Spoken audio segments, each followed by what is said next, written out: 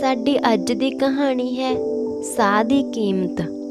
93 ਸਾਲਾਂ ਦੇ ਇੱਕ ਬਜ਼ੁਰਗ ਨੂੰ ਕਰੋਨਾ ਵਾਰਡ ਵਿੱਚੋਂ ਛੁੱਟੀ ਮਿਲੀ ਤਾਂ ਬਿੱਲ ਚੁਕਤਾ ਕਰਕੇ ਤੁਰਨ ਲੱਗੇ ਤੇ ਹਸਪਤਾਲ ਦੇ ਸਟਾਫ ਨੇ 13,000 ਰੁਪਏ ਹੋਰ ਮੰਗ ਲਏ।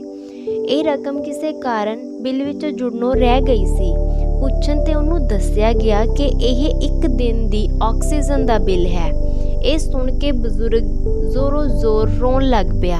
ਬਜ਼ੁਰਗ ਨੂੰ ਰੋਂਦਿਆਂ ਵੇਖ ਕੇ ਡਾਕਟਰ ਆਖਣ ਲੱਗਾ, ਤੁਸੀਂ ਰੋਵੋ ਨਾ, ਜੇ ਇਹ ਰਕਮ ਨਹੀਂ ਤਾਰ ਸਕਦੇ ਤਾਂ ਰਹਿਣ ਦਿਓ। ਫਿਰ ਉਸ ਬਜ਼ੁਰਗ ਨੇ ਕੁਝ ਅਜਿਹਾ ਆਖ ਦਿੱਤਾ ਜਿਸ ਨੂੰ ਸੁਣ ਕੇ ਸਾਰਾ ਸਟਾਫ ਵੀ ਰੋਣ ਲੱਗ ਪਿਆ। ਉਸਨੇ ਕਿਹਾ, ਮੈਂ ਇਸ ਬਿੱਲ ਕਰਕੇ ਨਹੀਂ ਰੋ ਰਿਹਾ। ਇਹ ਬਿੱਲ ਭਰਨਾ ਮੇਰੇ ਲਈ ਕੋਈ ਔਖਾ ਨਹੀਂ। ਇਸ ਨੂੰ ਮੈਂ ਆਸਾਨੀ ਨਾਲ ਭਰ ਸਕਦਾ ਹਾਂ। ਮੈਂ ਤਾਂ ਇਸ ਲਈ ਰੋ ਰਿਹਾ ਹਾਂ ਕਿ ਸਾਹ ਲੈਂਦਿਆਂ ਮੈਨੂੰ 93 ਸਾਲ ਹੋ ਗਏ ਨੇ ਤੇ ਅੱਜ ਤੱਕ ਮੈਂ ਇਹਨਾਂ ਸਾਹਾਂ ਬਦਲੇ ਇੱਕ ਪੈਸਾ ਵੀ ਨਹੀਂ ਤਾਰਿਆ। ਜੇ ਇੱਕ ਦਿਨ ਸਾਹ ਲੈਣ ਦੀ ਕੀਮਤ 13,000 ਰੁਪਏ ਹੈ ਤਾਂ ਤੁਸੀਂ ਸਮਝ ਸਕਦੇ ਹੋ ਕਿ ਮੈਂ ਹੁਣ ਤੱਕ ਕੁਦਰਤ ਦਾ ਕਿੰਨਾ ਵੱਡਾ ਕਰਜ਼ਾਈ ਹੋ ਗਿਆ ਹਾਂ। ਕੁਦਰਤ ਦੀ ਇਸ ਬੜਮੁੱਲੀ ਦਾਤ ਆਕਸੀਜਨ ਬਦਲੇ ਮੈਂ ਇੱਕ ਵਾਰ ਵੀ ਉਸ ਦਾ ਧੰਨਵਾਦ ਨਹੀਂ ਕੀਤਾ।